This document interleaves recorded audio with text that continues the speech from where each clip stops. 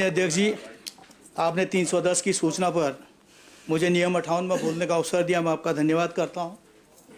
मैं विशेषकर सीमांत क्षेत्र पिथौरागढ़ जिले की बात कर रहा हूं और हमारे पुलिस के अधिकारी भी हैं और सरकार भी। आज जो पुलिस गांव में जन जागरण करके लोगों को जागरूक करने का काम करती थी, आज वो पुलिस गांव के नौजवानों को गुनहगार बना रही है। मैं इस सदन के माध्यम से कहना चाहता हूं कि एसओजी जो बनी है, 17 से लेकर अभी तक जितने भी एसओजी के जो कर्मचारी अधिकारी रहे हैं उनके मोबाइल की जांच होनी चाहिए। जितने भी युवा आज चरस के मामले में या जंगली जानवरों के अवैध शिकार में पकड़े गए हैं, उन नंबरों को ट्रेस किया जाए कि आखिर वो नंबर किसके थे, जो ग्राहक बनकर कस्टमर बनकर उन युवाओं को जो है दिग्भ्रमित करने का काम जिन्होंने किया। वो फोन करते हैं कि कहते हैं भैया आपके गांव में कुछ चरस तो नहीं है, हम इतने 1000 रुपए किलो खरीद लेंगे। क्योंकि आज पूरा प्रदेश बेरोजगारी में युवा की वो कोई काम नहीं।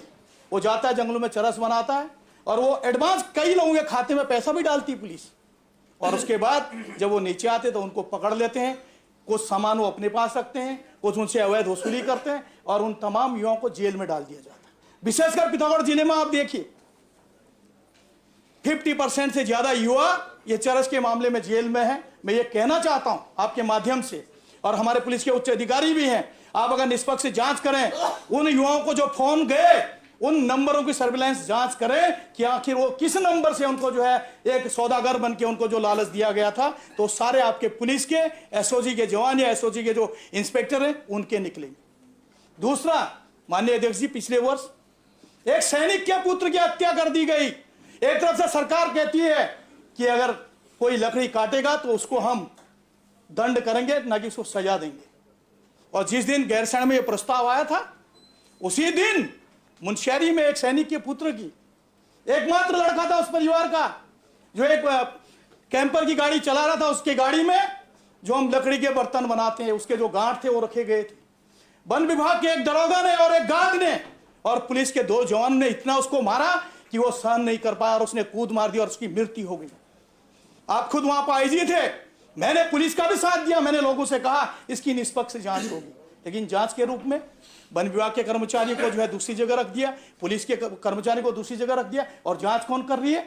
जिस विभाग के लोगों ने उसकी हत्या की उसी विभाग के लोग कर रहे हैं, जबकि एक मजिस्ट्रेट से जांच होना चाहिए था। और वो भी विशेष जनजाति बरपटिया समाज के एक सैनिक के पुत्र की हत्या हो जाती है और पुलिस प्रशासन उसको जो है एक दिलासा देकर कोई कार्रवाई नहीं करती। मुझे जब मैं क्षेत्र में रहता हूं तो उसकी मां आती है, कहती भैया तुम तो मेरे से एक क्लास पीछे थे, मेरे भाई की तरफ हो, मेरा इकलौता बेटा था, मेरे पति ने सैनिक के रूप में देश की सेवा की और इनाम में मेरे बेटे को मृत्युदंड दिया गया। और इस तरह आज आप धारचूला में देख रहे हैं बाहरी व्यक्तियों का, इसीलिए मैंने निर्णय की मांग की। ऐसे लोग रहने के लिए नेपाल में रहते हैं, कारोबार के लिए धारचूला में आते हैं। 2 नाबालिग बच्चियों को आप वो वीडियो देखेंगे, उनको ढंग से ये भी पता नहीं कि क्या है क्या नहीं है। कक्षा 8-9 में पढ़ने वाली बेटियों को बरेली पहुंचा दिया जाता है और पुलिस कुछ नहीं करती है।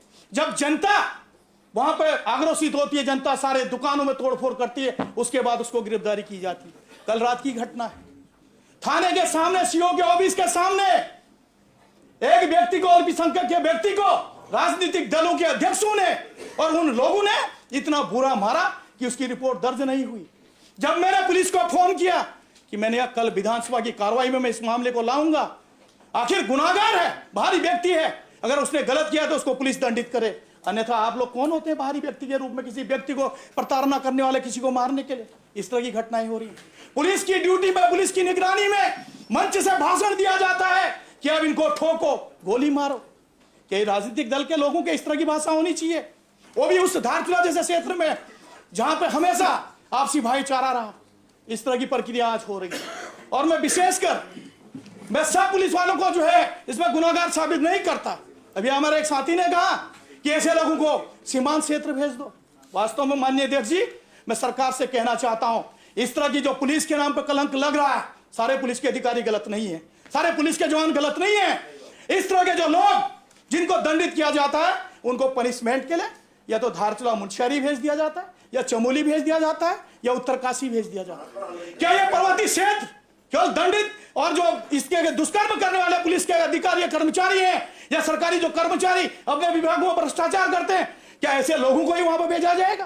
क्या उस क्षेत्र के लोगों ने उत्तराखंड आंदोलन में इसलिए भागीदारी की थी कि उत्तराखंड राज्य अलग बनेगा और जितने भी दोषी दागी होंगे वो हमारे जिले में, हमारे गांव में आएंगे और हम पे तानाशाही करेंगे? इस तरह की प्रवृत्तियां हो रही। सबसे पहले सरकार को अगर सुधारना है तो उन दोषियों को मुख्यालय में बैठाएं और उनको ऐसा दंडित करें कि वो अगली बार इस तरह का गुनाह करने का जो है जज्बा उन पर न हो। आज मैं देख रहा हूं मेरे जिले के एसपी ने नशे में काफी रोक लगाई है, इस पे में बहुत अच्छा काम किया, उसने दंडित कर रहा है, लेकिन उसके कामों को पलेता कौन लगा रहा है? पुलिस के जो भ्रष्ट कुछ सिपाही हैं, कुछ अधिकारी हैं, वो एसओजी के नाम पर चले गए और वो कहते हैं कि कप्तान साहब हमने इतना नशा पकड़ लिया।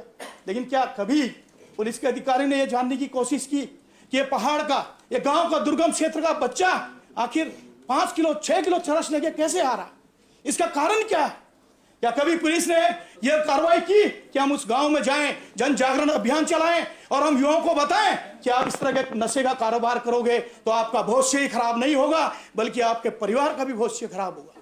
तो मैं चाहता हूं माननीय अध्यक्ष जी, पीठ से ऐसा निर्देशित हो, पहले तो ऐसे दोषी कर्मचारी अधिकारियों को उन जगहों से हटाया जाए। दूसरा, पुलिस के जो नंबर है जिस पर व्यक्ति पकड़े गए उनको सर्विलांस के माध्यम से उसकी जांच हो कि आखिर इस पर ग्राहक बन के उनको लालच किसने दिया। और दूसरी बात, उससे भी बड़ी बात माननीय अध्यक्ष जी ये है कि मैं चाहता हूं कि एसओजी के उन तमाम जवानों के, उनके अधिकारियों की संपत्ति की जांच भी होनी चाहिए कि आज एक जो वर्षों से कारोबार कर रहा है, उद्यमी है, वो अपना घर नहीं बना पा रहा है। पुलिस का एक जवान जिसको मात्र 33,000 मिलता है वो आलीशान कोठियों का मालिक है, बड़े बड़े गाड़ियों का मालिक है। आखिर वो पैसा कहां से आ रहा है? अभी हमारे तमाम साथियों ने कहा कि भ्रष्टाचार आगे बढ़ रहा। वास्तव में भ्रष्टाचार बढ़ रहा है, एक व्यक्ति से नहीं रुकेगा। जब सरकार उस पर कठोर कार्रवाई करेगा, ऐसे दंडित जो है, ऐसे दुष्कर्मी व्यक्तियों को दंडित करने का काम करेगा, तभी आगे बढ़ेगा। मैं ज्यादा वो नहीं कर रहा हूं। 26 तारीख की बात है, दिसंबर, मैंने देखा कि जौनजीबी के पास एक व्यक्ति अपना छोटा सा एक ढाबा चला के काम करता है। तो मैंने देखा पुलिस भी, सारे लोग एसएसबी उस पर पड़े हैं। मैं पहुंचा, मैंने कहा क्या है मामला? तो उसने कहा मेरे पास 9 पेटी जो है सिगरेट, वो बीड़ी की थी, उसके बिल भी हैं। वो बीड़ी के बंडल पकड़ लिए। पुराने घड़ों के लकड़ियां जो सड़े हुए हैं उसको वन विभाग लेके जा रहा है। मैंने वन विभाग के रेंजर से पूछा, मैंने कहा किस अधिकार से आए? तो बोला ये एसएसबी और जो है पुलिस आए। इन्होंने कहा आप चलो। मैंने वहीं से डीएफओ से कहा, उन्होंने तुरंत कार्रवाई की। और जब मैंने सत्यता की जांच की तो सीओ के द्वारा उस व्यक्ति से ये कहा कि तुम नेपाल से आदान प्रदान करते हो, मुझे 2 लाख दो, अन्यथा मैं तुम्हें ऐसा दंड दूंगा, ऐसी सजा दिलाऊंगा। और उस बेचारे को फंसा दिया। और दूसरे दिन उस बेचारे को, जिसकी 7 साल से कम की सजा थाने से जमानत होती है, उसको न्यायालय भेजा गया। जब मैंने एसओ से कहा कि अगर इसकी जो जमानत थाने से नहीं होगी तो मैंने कहा मैं वहीं आऊंगा, तब जाके उसकी वहां पर जमानत की जाती। और आज सीमाओं में जो हमारा नेपाल और भारत का एक मैत्रिक संबंध है, मैं देखता हूं हमारा एसएसबी, जिनको हम कहते हैं हमारे सीमाओं के सुरक्षा कर्मी हैं, वो चेकिंग के नाम पे अगर कोई नेपाल से एक सामान, एक टी शर्ट या कोई कंबल लाता है तो उसको भी प्रताड़ना कर रहे, बोलते आप नहीं ला सकते। क्या वो काम उनका है? जबकि वो काम कस्टम का है। और नेपाल और भारत का तो व्यापार खुला है, उस पर कोई ऐसा प्रतिबंधित नहीं है। और कहते हैं, मैंने जब एक बार उसका विरोध किया तो कहते हैं चाइनीज आइटम है। मैंने कहा देश के जो है, जो गुजरात में उतना बड़ा स्टेचू बना 6,000 करोड़ का, मैंने कहा वो चाइना से आ रहा। और मैंने कहा यहाँ के लोग अगर सस्ता कोई कंबल नेपाल से लाते हैं तो मैंने कहा तुमको किसने अधिकार दिया ये चाइना का है कहने का? आज अगर सीमाओं में अब दोनों देशों के अगर आपस के संबंध खराब हो रहे हैं तो हमारे इन लोगों के कारण हो रहे हैं।